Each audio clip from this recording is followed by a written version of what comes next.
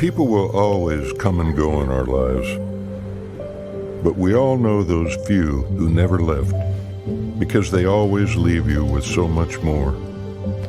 The ones who make you stronger, build you up when you're broken down. The partners who've always had you covered. At Blue Cross and Blue Shield of Texas, we know what it means to be covered by someone you look up to, even when they're sitting right beside you. To be covered by someone guiding you through more than just the routine. To be covered by that friend you consider the best because that's how they make you feel. At Blue Cross, we know what it means to be there, guiding you toward a healthier state of mind. Because the more we know as individuals, the healthier we all feel as a community. Through it all.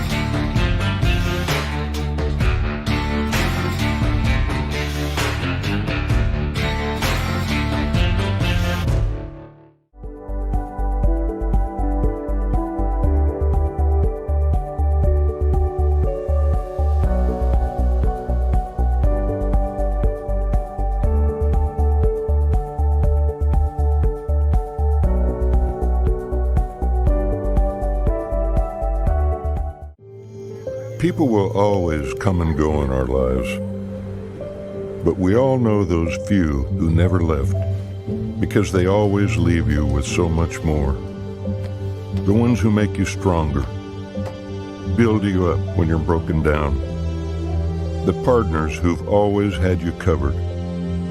At Blue Cross and Blue Shield of Texas, we know what it means to be covered by someone you look up to, even when they're sitting right beside you. To be covered by someone guiding you through more than just the routine. To be covered by that friend you consider the best because that's how they make you feel. At Blue Cross, we know what it means to be there, guiding you toward a healthier state of mind. Because the more we know as individuals, the healthier we all feel as a community. Through it all.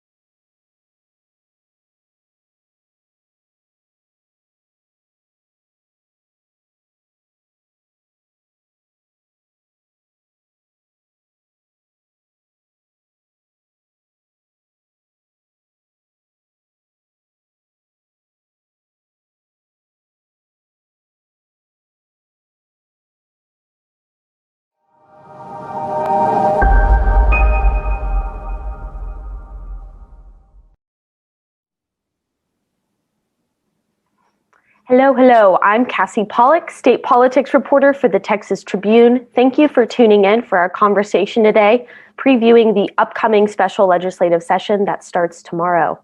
I'm joined today by politics reporter James Barragán and demographics reporter Alexa Ura. Alexa is an associate editor and the demographics reporter for the Tribune, where she covers the intersection between politics and race, with an emphasis on the state's surging Hispanic population. In 2020, Alexa won an Investigative Reporters and Editors Award for her reporting on Texas's botched voter rolls review. James covered politics for the Dallas Morning News from 2017 until he joined the Tribune this spring. He has reported on immigration, public safety, and voting rights, and he has traveled on assignment to the U.S. Supreme Court and to Houston during Hurricane Harvey. Welcome, everyone, and let's get started. What a day already with the governor's special session agenda being fully revealed, and what a day tomorrow is almost certain to be for everyone at TX Ledge. But very quickly, how excited are we for what could be the next 30 days? Scale of 1 to 10 here, with 10 being the most excited. James, go. I'm a 5. I'm at a regular 5. Oh no, Alexa? Well, I'm kind of shocked by that answer because mine is like a -1 at this point. Guys, I'm like an 8 or 9 over here. What? Okay, that's fine. That's fine. One of the main reasons why we're even talking about tomorrow's special session is because of an Abbott priority elections bill that died in the final hours of the regular legislative session after House Democrats walked out of the chamber, broke quorum, and prevented passage of the bill. Since then, though, there's been a lot of chatter about what changes, if any, are going to be made to this bill now that lawmakers have a second go at it. Alexa, as our residential SB7 expert here, what do you think is going to be the starting point on the elections bill? I think that's a big question because unlike in the regular legislative session, we had, two very different priority bills filed in each chamber, and that they were very different starting points. This time around, we have this conference committee report, essentially the final version of SB7 that ultimately did not become law.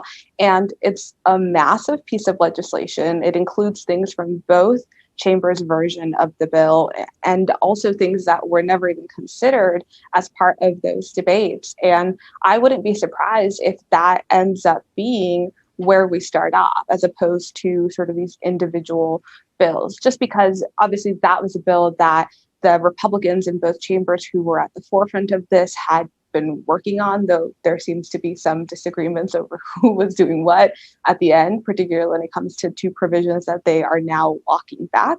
But I think the conference committee report is probably the starting point, minus those two provisions. One of them was lowering the standard to overturn elections in court. I don't think we'll see that one probably come back, or at least not in that version. And the other one was setting voting hour limits to Sunday early voting, which had obviously raised a lot of concerns in terms of its impact on souls to the polls efforts focused on Black churchgoers. And, we've seen folks retreat from that provision. And yesterday, the lieutenant governor, pretty clearly said that wouldn't be part of the Senate's proposal. But I would imagine we're going to be looking at this pretty massive bill as a starting point. That's where I'd put my money. Where you put your money? Okay, got it. I do have a reader question that I want to weave in here. But first, I want to ask a strategy question about Democrats, just given how we saw SB7 or the elections bill die during the regular. There's obviously been a lot of talk, and Democrats have been having these ongoing conversations about what the caucus's strategy is going to be in a special, and whether members are going to be open to leaving the state at some point to break quorum for a second time and block passage of the elections bills. Of course, there's different members who want to go about this different ways. Some want to stay back and negotiate. Others want to wait and see. And then some are ready to leave the state tomorrow and not really look back until the special is over and done with. How do you see that dynamic playing out, first among Dems as a caucus, and then maybe as it relates to Republicans and the Republican heads of the two chambers, Alexa? Yeah, I don't anticipate a bunch of empty desks tomorrow. I think that most, if not all, the Democrats will be back, just because there is such an existing division still in what strategy to take here. And, breaking quorum, it's not just an extraordinary measure. It takes a lot of work, right? You've got to get 51 people out of the chamber, possibly out of the state, depending on sort of the political situation, and you've got to figure out who's going to take care of their families, right? Who is going to be able to take off work for that long for those lawmakers who still have sort of regular day jobs. So I think at this point, we probably aren't starting tomorrow with a quorum break. A lot of lawmakers are already in town, and there have been committee hearings these last 2 days that many of them have been at already. But I think the question in terms of their strategy is, what is the end game here, right? Because obviously they don't have the numbers to ultimately defeat this. They're going to have to come back for a redistricting special session, which I don't think Democrats are going to want to skip altogether, given sort of the stakes of those maps for them as well. But, is the end goal to block this version? Is the end goal to force a vote on the legislature funding that the governor vetoed so that it's not hanging over their heads? Is the end goal to push for a process in which they feel that they are heard a bit more as this bill is being compiled? And I don't think that is clear yet. And I think in terms of how that plays into, what Republican leaders are looking at, the lieutenant governor has indicated that he basically wants his version of whatever this bill ends up looking like to get through. And I'm not sure there's any sort of negotiating room there. I think the more interesting thing might be in the House in terms of how much room are Democrats given to kind of voice their concerns, try to change things in the bill, and how much is that held up through the eventual conference committee process again, where the things that they are happy with that maybe keep them in town end up getting through to sort of the final product of all of this. Right. Yeah, I think it'll also be interesting to see how, specifically the elections bill negotiations, if we can call them that, end up playing out just like in the more broad context with, we've also been talking a lot over the past month with Article 10 funding, which is the section of the state budget that funds the legislature. Are Democrats, is there going to be a point for Democrats where they have to basically make a call here, right? Stay back and work with Republicans or work towards some version of an elections bill and, to keep funding for the legislature on the table? Or, are they willing to, again, just in the broader context here, leave the state and potentially jeopardize that, or at least delay whatever sort of negotiation would look like for the legislature funding? Yeah, I think that there are so many things on the table, and I guess we got the call for the session this morning, obviously, and it includes more things than sort of the priority voting bill and the priority bail bill that the governor had sort of pointed at the end of the session as kind of the big reasoning to come back. And there are so many things on the table with all those other things that I think the negotiation process is sort of really unclear at this point. Yeah. I don't know if y'all agree with that. I think I do. I think it's, a big thing here is going to be the timing of everything, right? If the legislature is gaveling in Thursday morning at 10 a.m., are we going to start seeing committee hearings meet over the weekend, or is that going to get pushed back into next week? I don't know. What do you think, James? Well, I think that the Senate will probably do what it did during the regular session and get to work right away. I'm not clear what House committees will look like.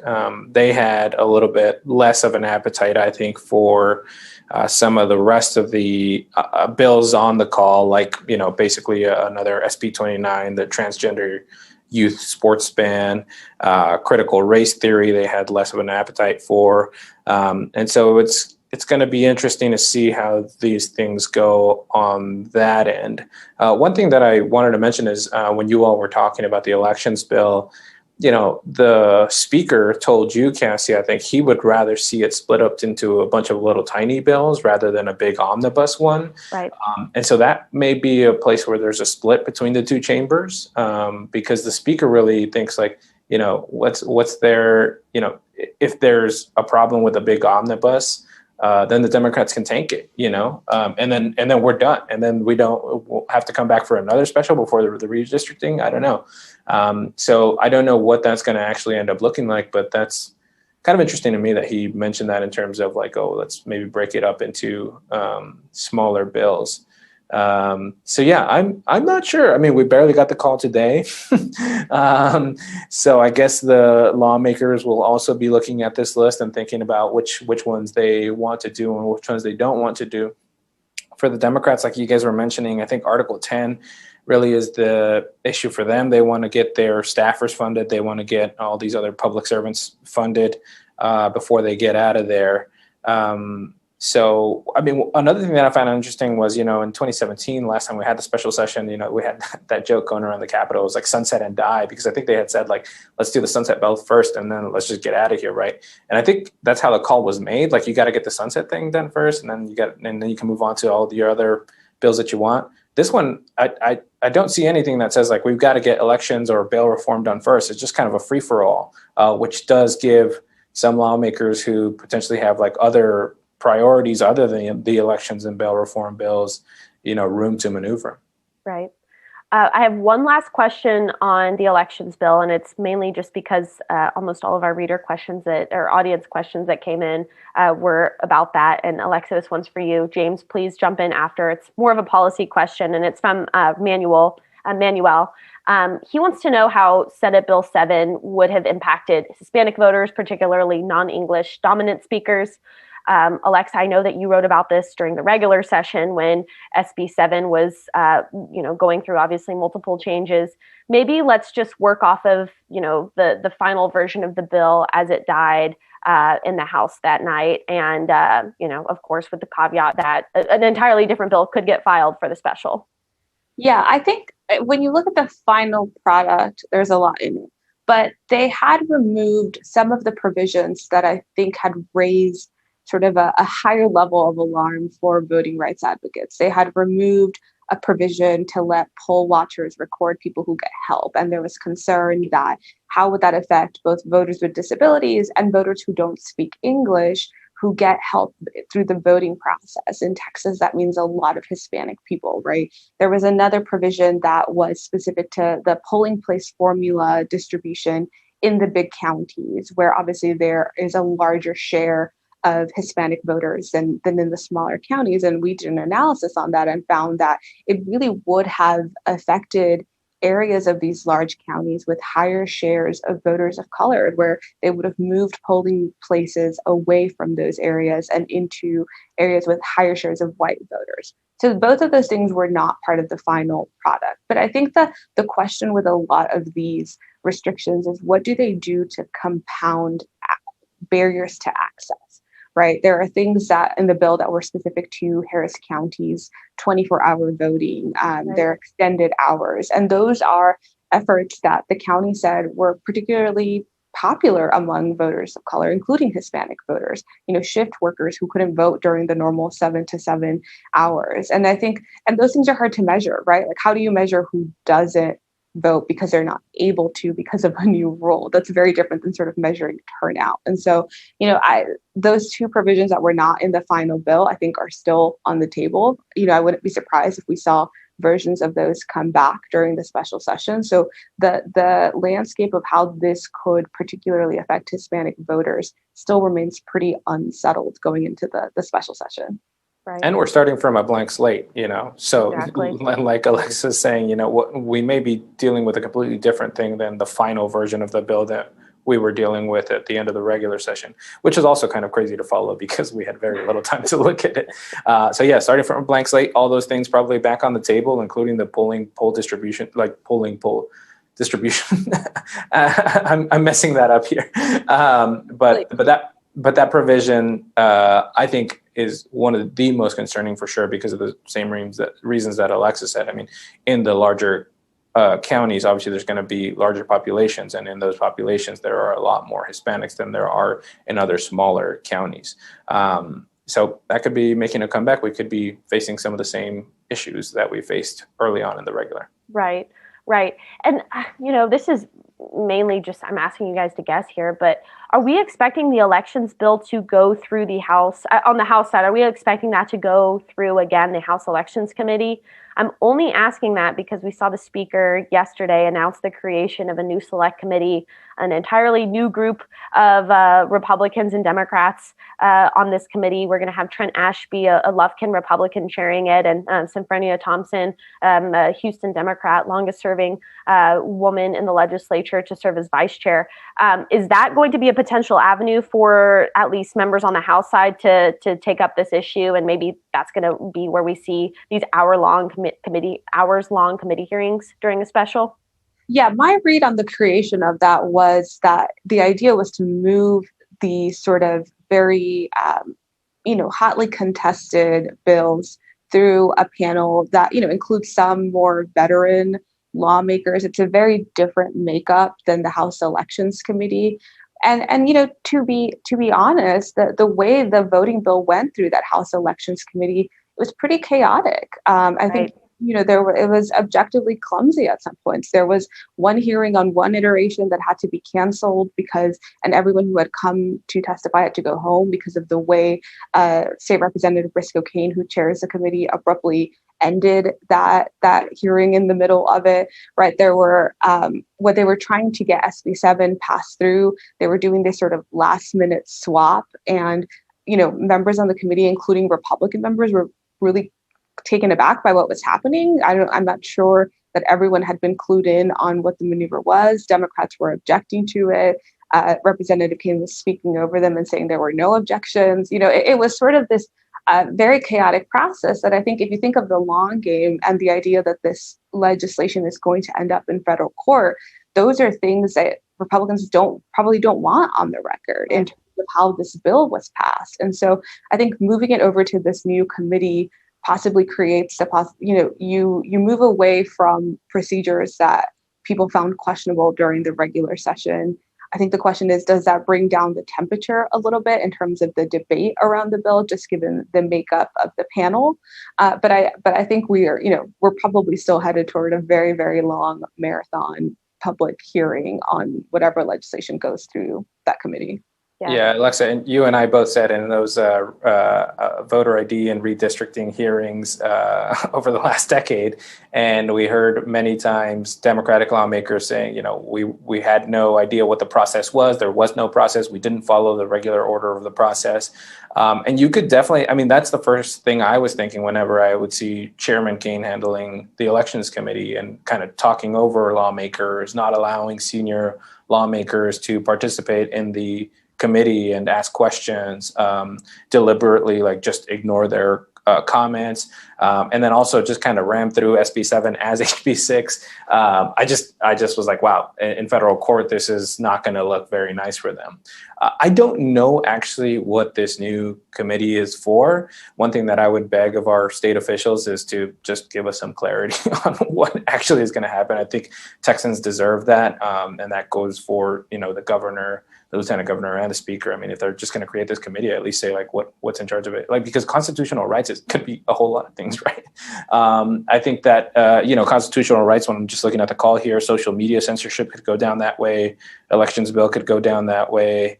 But Article 10 arguably could. Right. So I just wish that they would give us some clarity. We do not have that clarity. But yeah, one question I had is, speaking of Chairman Briscoe Cain as the chairman of the Elections Committee, that he was a first-time chairman. Technically, he had that select committee on driver's license, but they didn't really meet because of the pandemic. So he was a first-time chairman. I think that had a lot to do with how that committee ran. Trent Ashby, I'm not sure. Do you know, Cassi, if he's been a chairman before? I'm not sure that he has, but he's definitely a guy who works alongside a lot of folks, is kind of a bipartisan guy, works with the Democrats, works with the rural Republicans, can build some consensus. So that's an interesting pick there. Yeah, I don't know off the top of my head about chairmanships. I know that, obviously him and Phelan, the current speaker, were, competing against one another. It pretty much came down to them to those two in the speaker's race that we saw play out after the November elections. But since then, I think by all appearances, the two have patched it up. And if you're looking for any sort of proof of that, look no further than the speaker tapping Ashby to carry that big broadband expansion bill that passed, with little to no debate during the regular session. Right. So yeah, I'm taking that chairmanship appointment of Ashby for this select committee as just a sign of the speaker's confidence in him as a lawmaker. Yeah, I think final thing I'll say about that is I'm not sure that it's going to get moved. The elections bill will be moved over to that committee. But one thing to say, even if it has more senior lawmakers, more people who can get along and do the negotiating, it's still got a Republican majority. So I think if we follow the logic to its next step of the elections bill is going to go to that committee, then we've got to still say it's still a majority Republican committee. Right. So they're going to do what they want, basically. We're going to get an elections bill out of that committee if it goes there. And it's, something that ultimately the Democrats will probably still vote no for, probably will tell their constituents is better than what we would have gotten in the regular session. Mm-hmm. But it's not going to be good for them. It's not going to be something they support. It's going to be an elections bill that is more restrictive, I think. Right. Thank you. The elections bill, of course, is just one of the many items that Abbott has on his special session agenda, again, that he released this morning. And of course, this is all said and presented with, the caveat that Abbott could at any point add more items to the special session agenda as this 30-day time period that we're working with gets underway. Abbott, I think my big takeaway from this morning's announcement, and James, Alexa, I want y'all to weigh in here, was just that it was chock full of red meat issues that are going to play favorably to, Abbott's Republican base. We have items related to bail, border security, social media censorship, transgender students playing school sports, and critical race theory. James, what's your take on this special session agenda, and how do you think the governor is heading into this special session? Who's with him, who's against him at the legislature? Oh, I think it's definitely, as you described, it's a red meat, jam-packed agenda. We've got elections bill, border security, social media, SB 29, transgender youth sports ban, abortion-inducing drugs is on the call, critical race theory. And there are some sort of middle-of-the-line items, like bail reform could be a middle-of-the-line item. I think that's an issue that, Jolie McCullough has covered for us really, really well, showing that both sides of the political spectrum want that changed. But what we've seen as the proposals is a much more far-right shift on the bill, on what they want to do with bail reform, and specifically what the governor wants. It's a more tough-on-crime approach. Article 10 funding is, again, another thing of our own making, really. That doesn't necessarily need to be on the call, but it will be on the call because the governor decided that way. Family violence prevention, that is a thing to teach like school kids about, date violence and family violence. The legislature had actually passed a bill on that, and the governor vetoed it because it didn't have an opt-out option for parents. So again, another thing of our own making. The 13th check thing is actual policy making that is happening here. So GASP, that's for TRS. And that bill actually didn't really move during the regular session. I think it got caught up in calendars in the House and hadn't even moved over from the Senate. So That's an interesting one to see there. I think that one's like for people who want to say, well, the governor is a moderate, wants to do some policy making, but is pushed by the right and by Lieutenant Governor Patrick over to the right. I think that's one that people will look at. And then the appropriations bill, that has property taxes, foster care system, and cybersecurity. Policy, right? And property taxes are things that Republicans love to talk about, and I think have said that they want to fix. Not really something that we covered during the regular. Foster care system has perennially been a thorn in the side of the Texas government. We just can't figure out how to run that system. And cybersecurity, a rising threat, as we just saw recently with Russian hackers doing nationwide hacks. But those ones are all lumped in there on that last appropriations item. So definitely red meat heavy. I think you point out correctly that he's looking at, re-election next year, and that, there's Don Huffines and Alan West running against him. They are very far right in terms of where the Republican Party is, and will probably push the primary that way. One thing to note, Cassi, your subject that you were a master of, taxpayer-funded lobbying, not on here, and I think Don Huffines slammed him for that. So that I did think that was interesting. Yeah, what do you make of that? Him not including something, I believe it was Senate Bill 10, that the taxpayer-funded lobbying bill. The Senate passed what I think many would consider a stronger version of the bill, and then when it hit the House, it was modified. Yeah, go ahead. I think it's definitely interesting. I think right. I noted it right away that it wasn't on the call. I think it's an SREC priority. I think it's a Republican Party priority, if I remember correctly, too. Mm-hmm. I think what we saw also during the session, which is the reason why it didn't get out, is that there is divide even between the Republican Party, particularly right. with rural Republicans, about how broadly they want to characterize taxpayer-funded lobbying, quote unquote. For some of these groups and for some of these cities and rural counties, what some people call lobbyists are like associations that help them get their health care and insurance for like government employees and do it at a much cheaper rate, and also save them millions of dollars here at the legislature through what they would call killing unfunded mandates. And the Republicans in the House just would not budge to what Representative Middleton and I think the Senate wanted to get through.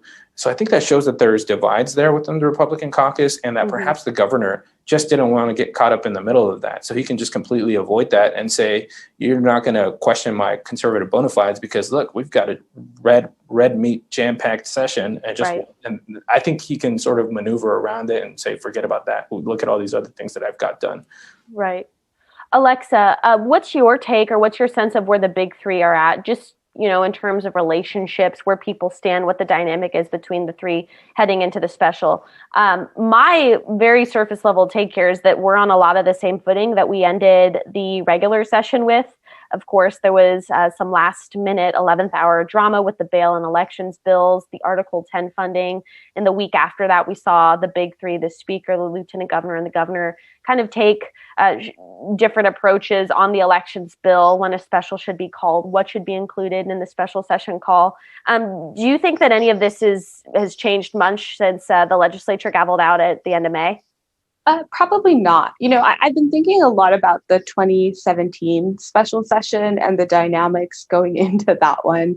Obviously, I think from publicly, the relationship between at least the lieutenant governor and then House Speaker Joe Straus was very much frayed. And the question was, what side would Governor Greg Abbott pick, right? And if you think back to that call, the session was essentially because of the bathroom bill and the sunset bill that had been torpedoed in hopes of bringing back a special session for the bathroom bill. And I remember the governor ended up adding a bunch of things to that call too, right? It was sort of packed with things, even though most of the attention ended up falling on the bathroom bill anyway. And so fast forward to this session, I don't think that publicly they appear to be as divided, but I do wonder if the governor is in a similar position in terms of having to choose between the lieutenant governor and now House Speaker Dade Phelan. When you think about the politics of it, he's probably leaning towards someone like the lieutenant governor. He's, obviously a conservative firebrand. The governor has two primary challengers and I think has been sort of catering to that more conservative flank of his party in recent months as these sort of challengers have emerged. And I think that's the question for this special session, at least for me, is does he end up siding with one of these leaders over the other? And what does that mean for the legislation? Because if you think of just the election bill, to your point, that the speaker might want individual bills versus one big bill, I'm not sure that the lieutenant governor is going to be for that. And I think the question comes down to, well, what is the governor willing to sign into law? What version of this does he want to see? And whose side will he eventually take in deciding that? Yeah. I'll take a different tack on that if I could, Cassi. Please, James. Because I think that I think the governor and the speaker are actually much more on the same page. They're much more similar politically. They have the same approach. They're more like, I wouldn't say classical Republicans, but I would say like more of the center-right Republicans, whereas the lieutenant governor is really to the far right of the party, right? So I think usually they would be on the same page. Now, we have to remember again that the elections bill and the bail reform bill both basically died there in the House on that last night. So I don't think that the governor owes the speaker any favors. And there is, wasn't a whole lot of it, but he was a little bit ticked off. You could see it in the comments that he made after the session, that he wasn't happy with the way the House had sort of botched that elections bill, I think. And so I don't actually think the pressure is on the governor. I think the most pressure is really on Speaker Phelan, because this call is pretty, attuned to the lieutenant governor and obviously to the governor because he made the call.